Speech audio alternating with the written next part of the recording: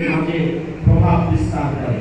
কারণ এইরকম বয়সের একজন মানুষ গল্প করে, তার কথা মানুষজন শুনে, সে যে কথাটা বলে পরিবারের লোক সেই কথা শুনে, সমাজের লোক সেই কথা শুনে, গোষ্ঠীর লোক সেই কথা শুনে। এই ধরনের ভোটাররা সরকারের কাছে কি চায়? তারা চায় সামাজিক স্থিতিশীলতা এবং সংস্কৃতি ও ধর্মীয় মূল্যবোধের প্রতি সম্মান, পেনশন এবং সামাজিক সুরক্ষার নেটওয়ার্ক সম্প্রসারণ, স্বাস্থ্যসেবা এবং জনসাধারণের এই সেবাগুলো পাওয়ার সুযোগ। এই শ্রেণীর ভোটারের কাছে আপনি কি বার্তা দেবেন? আপনাকে দিতে হবে সামাজিক ঐক্য এবং ধর্মীয় অন্তর্ভুক্তির উপর জোর প্রদান। আপনি বলবেন দলের ভিতরে কোন দলে আমরা কোনো মানুষ হত্যা করি না, এটা তাদের মনে রাখবে। তাদের কাছে যদি বলেন আপনাদের দল একজন আরেকজনকে কুপিয়ে কেটে মেরে ফেলেছে, তার অন্তরে আঘাত লাগে।